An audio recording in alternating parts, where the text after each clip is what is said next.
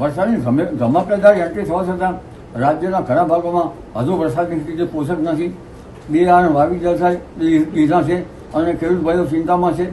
ત્યારે તારીખ લગભગ 30 જૂનને જુલાઈ 5મી સુધીમાં રાજ્યના કેટલાક ભાગોમાં વરસાદથી વંચિત છે.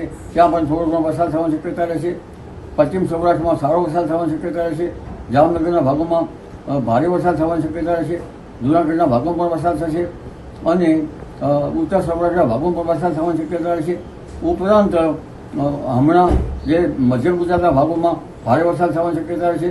આણંદ વડોદરાના ભાગમાં ભારે વરસાદ થશે અને લગભગ અમદાવાદના ભાગોમાં પણ ભારે વરસાદી ઝાપટા પડશે. 30 જૂને 5મી જુલાઈ વચ્ચે ગાંધીનગરના ભાગોમાં પણ ભારે વરસાદી ઝાપટા પડશે. મહેસાણાના ઉત્તર ગુજરાતના ભાગોમાં પણ ભારે વરસાદી ઝાપટા પડશે. બનાસકાંઠાના ભાગોમાં, દાંતાના ભાગોમાં, અંબાજીના ભાગોમાં પણ ભારે વરસાદી ઝાપટા પડશે. ખેડ બ્રહ્માના ભાગોમાં ભારે વરસાદી ઝાપટા પડશે.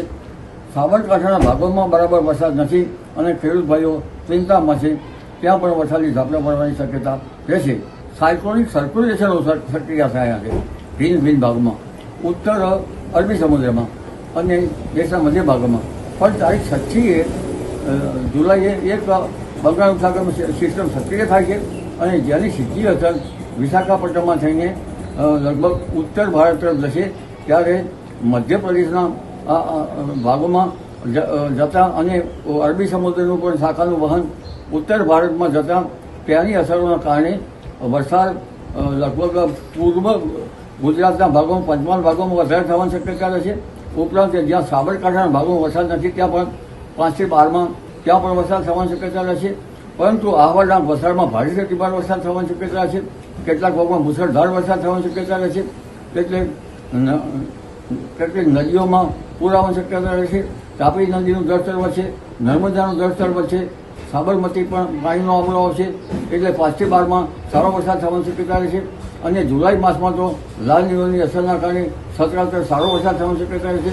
ભાદર ડેમમાં પાણીની વધુ આવક આવશે. આજી ડેમમાં પાણીની આવક આવશે.